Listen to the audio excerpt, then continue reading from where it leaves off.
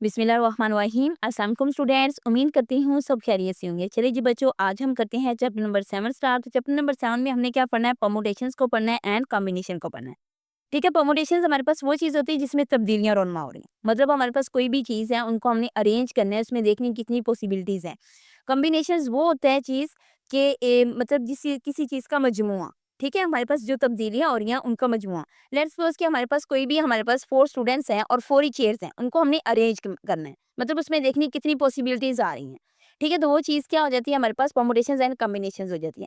हमारी are daily life में ये भी बात उन्होंने यहाँ पे की है कि आर डेली लाइफ में जो परमुटेशंस और कॉम्बिनेशंस है, ये बहुत ही इनका किरदार अहम किरदार है कि counting total numbers of possibilities हमने क्या करनी होती है, काउंटिंग करनी होती है कितनी नंबर्स ऑफ पॉसिबिलिटीज हैं। यहाँ पे इनके साथ साथ ये भी हमने देखना होता है कि अरेंजमेंट्स क्या हो सकती है, हमने सिलेक्शंस क्या करनी है ऑब्जेक्ट की, मतलब कौन सा पहले ऑब्जेक्ट सिलेक्ट करना है, कौन सा ऑब्जेक्ट हमने फर्स्ट नंबर पे रखना है। ठीक है, जिस तरह से लेट्स सपोज कि मेरे पास 4 स्टूडेंट्स हैं जिनको मैंने कोई नेम दे दिए, ए बी सी डी का नेम दे दूँ, 1 2 3 का नेम दे दूँ, साथ में 4 चेयर्स हैं। अब पहला जो नंबर है जिसको मैंने 1 का नेम दिया, उसने ही पहली चेयर पे बैठना है। ठीक है, जो दूसरा है 2 नंबर पे, उसको दूसरी चेयर पे बिठा देंगे। मतलब उसमें क्या करनी है, हमने पॉसिबिलिटीज देखनी है। ठीक है, अब वो कहते हैं कि इसको साइंस में भी बहुत यूज किया गया है, साइंस में प्रोबेबिलिटी थ्योरी। ठीक है, यहाँ पे प्रोबेबिलिटी का मतलब ये होता है कि हमारे पास कौन सी पॉसिबिलिटीज है। ये जैसे ही हमारे पास कोई थ्योरी आती है या फिर कोई टॉपिक आता है, तो तब हम इसको डिस्कस करेंगे। ठीक है, फिलहाल हम क्या करें, परमुटेशंस और कॉम्बिनेशंस को करें। ठीक है, ये कंप्यूटर्स में भी यूज़ होता है और को बहुत सी मतलब एस्टिमेट लगाने के लिए चीज़ों को कोई भी हमारे पास सीन है, तो उसके इवेंट्स को मतलब देखने के लिए होता है। आगे डीएनए में क्रोमोसोम्स बहुत ही डीएनए, हर इंसान का डीएनए जो होता है वो डिफरेंट किस्म का होता है। ठीक है, बायोलॉजी में भी होता है इस्तेमाल, कंप्यूटर साइंस में। ठीक है, इसमें हमने क्या करना होता है, काउंट करनी होती है पॉसिबल नंबर्स। कोई भी हमने पासवर्ड लगाया है ना, तो उसमें क्या करने होते हैं, पॉसिबल काउंट नंबर्स ही करने होते हैं ना। ठीक है, तो इसके बाद वो कहता है इंपॉर्टेंट पार्ट्स जो होते हैं इनक्रिप्शंस एल्गोरिथम्स में होता है, privacy and integrity of data set के लिए। ठीक है, यहाँ पे एक इंपॉर्टेंट पॉइंट है स्टेटमेंट। ठीक है, स्टेटमेंट का मतलब ये होता है कि हमारे पास उसने क्या है कि दो इवेंट्स, प्रोबेबिलिटी में हमारे पास सैंपल स्पेस होती है, ठीक है, और इवेंट्स होते हैं। यहाँ पे हमने क्या करना है, इवेंट्स को डिस्कस करना है।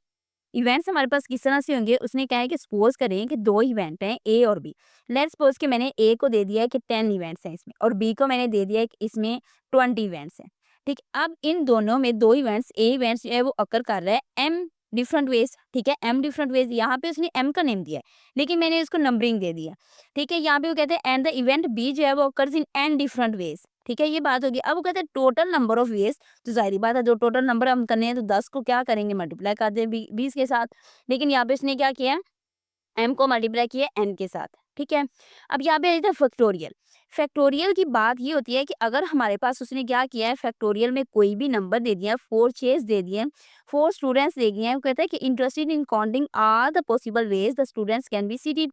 ठीक है, अब मेरे पास 4 स्टूडेंट्स हैं, तो 4 जो स्टूडेंट्स हैं इनको मतलब फैक्टोरियल को करने का तरीका ये है, फैक्टोरियल की फॉर्म ये है।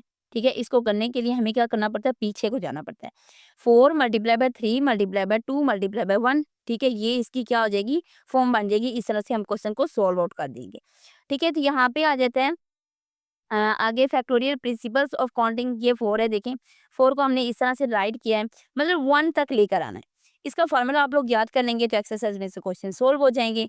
अब यहाँ पे देखिए उसने कहा है एन का फैक्टोरियल। एन का फैक्टोरियल हम किस तरह से लिखते हैं, एन के फैक्टोरियल को हम इस तरह से भी रिप्रेजेंट कर सकते हैं, एन के फैक्टोरियल को हम इस तरह से भी रिप्रेजेंट कर सकते हैं। आप लोगों ने कंफ्यूज नहीं होना, क्योंकि पेपर में सम टाइम होता है कि वो इस तरह से भी दे सकता है, इस तरह से भी दे सकता है, तो इससे बच्चे कंफ्यूज हो जाते हैं।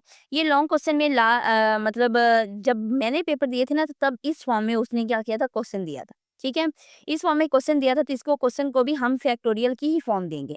अब इसका फॉर्मूला ये है कि एन है, एन लेट्स सपोज कि मेरे पास 10 है। ठीक है, अब 10 से एक कम, ठीक है, 10 माइनस 1 आ जाएगा, और फिर 10 से एक कम, तो 10 माइनस 2 आ जाएगा, सो ऑन, वो चलता जाएगा। हमने लेके किस पे जाना है, 1 पे लेके जाना है। ये बात याद रखनी है कि हमने किस फॉर्म पे लेके जाना है, 1 पे लेके जाना है। तो हम क्या करते हैं, एक्सरसाइज को सोल्व करते हैं। ये देखिए उसने डिफरेंट फैक्टोरियल फॉर्म दी हुई है कि डिफरेंट फैक्टोरियल फॉर्म है। 2 है तो इसे 1 पे लेके जाना है, 3 है तो फिर इसको 1 पे लेके जाना है, 4 है तो 1 पे, 5 है तो भी 1 पे, 6 है तो भी 1 पे। ठीक है, तो इसकी एक्सरसाइज बहुत ही ईज़ी है। ये देखिए इसमें उसने क्या किया है, पहला क्वेश्चन ही हमें फैक्टोरियल फॉर्म का दे दिया है। फैक्टोरियल फॉर्म में इसको हमने क्या करना है, एवेल्युएट करना है। अब इसमें क्या है, क्वेश्चन नंबर 1 में क्या, evaluate each of the following, 10 का फैक्टोरियल ओवर में 0 का फैक्टोरियल, 8 का फैक्टोरियल। अब इस चीज़ से नहीं आप लोगों ने मतलब कन्फ्यूज़ होना कि 0 को मल्टीप्लाई करें तो भाई 0 आता है, इसको हम किस तरह से आगे सॉल्व आउट करें? नो, 0 का फैक्टोरियल, 0 का फैक्टोरियल इस चीज़ को 0 नहीं करेगा, इस पे उसकी कोई चीज़ मतलब असरअंदाज नहीं करेगी, ठीक है? अब 10 है, तो 10 अब नीचे 8 का फैक्टोरियल, 10 को ऊपर जो 10 का फैक्टोरियल इसको मैं 8 के फैक्टोरियल तक ले जा सकती हूँ ना, क्यों? क्योंकि मैं इसको कैंसल आउट करूँ तो मेरा आंसर ईज़िली आ जाएगा।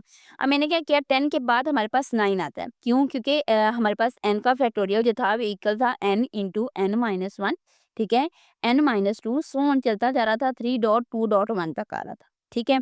अब मैंने क्या करना था, मुझे वहाँ तक टर्म चाहिए कि 8 को मैंने 8 से कैंसल आउट करना है, तो मैंने 10 लिखा एज़ इट इज़, 10-1 लिखा, फिर 10-2 लिखूँगी तो 8 का फैक्टोरियल बन रहा है, इस चीज़ को मैं इस चीज़ से कैंसल करूँगी।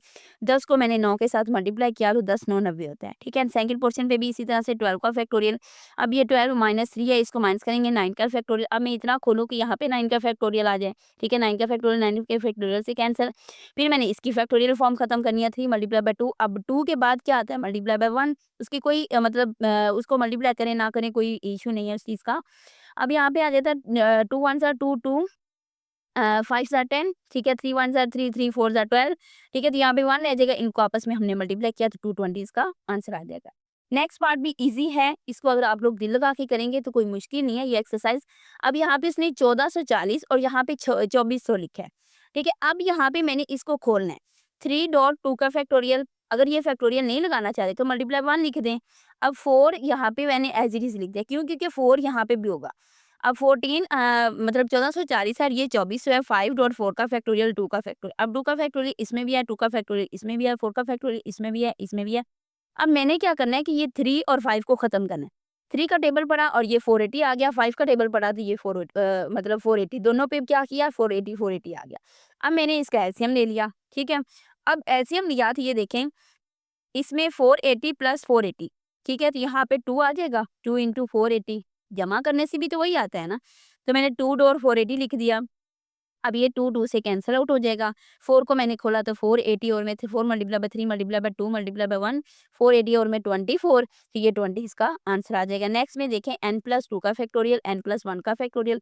अब n+2 से के बाद n+1 का फैक्टोरियल होता है तो वो कैंसल आउट हो जाएंगे और n+2 इसका आंसर आ जाएगा। क्वेश्चन नंबर 2 में देखिए, इसमें क्या है, right each of the following in the factorial form n³ - n, ठीक है? अब n कॉमन ले लें, यहाँ पे n कॉमन लिया मैंने, n का स्क्वायर -1 का स्क्वायर, n+1 n माइनस में 1 मैं लिख सकती हूँ ना, क्योंकि ये देखिए a square minus b square formula बन रहा है, तो a minus b, a plus b, मैंने इसको राइट कर दिया, ठीक है?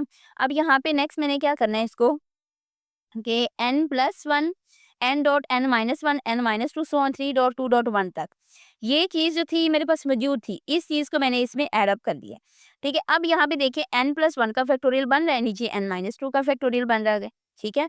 ये फैक्टोरियल फॉर्म में आ गई, n इंटू n-1 ये पहले ही उसने दे रखी है। अब मैंने क्या करना है, इस चीज़ को इस तरह से डिवाइड करना है, n-r, ठीक है? n इंटू n-1 था, n-2 था, so on n-r+1 n-r n-r-1 3.2.1 तक चला जाएगा। वही टर्म मैंने नीचे लिख दी, ठीक है? यहाँ पे नीचे मैंने क्या लिखा है, n-r, ठीक है? यहाँ से n-r, यहाँ पे n-r है, तो यहाँ पे लिखा ये n-r का फैक्टोरियल हो जाएगा, ये n का फैक्टोरियल, इसको खोलेंगे तो यही आंसर बनेगा, ठीक है? क्वेश्चन नंबर 3 दस दें, फाइंड करें n इफ n+4 का फैक्टोरियल इक्वल टू इस चीज़ की है। अब उसने खुद से ही कह दिया कि ये इस चीज़ के इक्वल है, तो हमें n की ज़रूरत है, हमने n फाइंड करना है।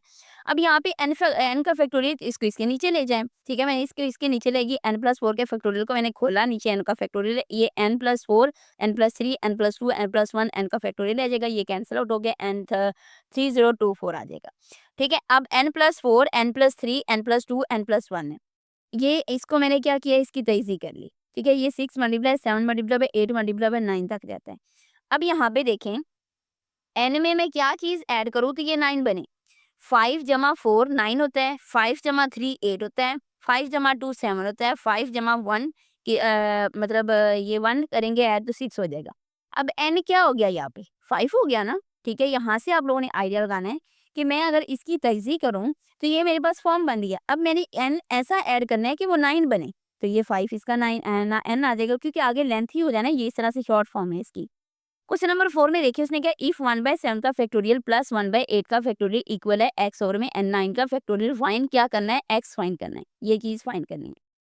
तो ये 1 ओवर में 7 का फैक्टोरियल है, तो अब ये 9 का फैक्टोरियल है, इधर डिवाइड हो रहा है, उधर जाके क्या हो जाएगा, मल्टीप्लाई हो जाएगा ना। यहाँ पे मैंने क्या कर दिया, इसको मल्टीप्लाई करवा दिया।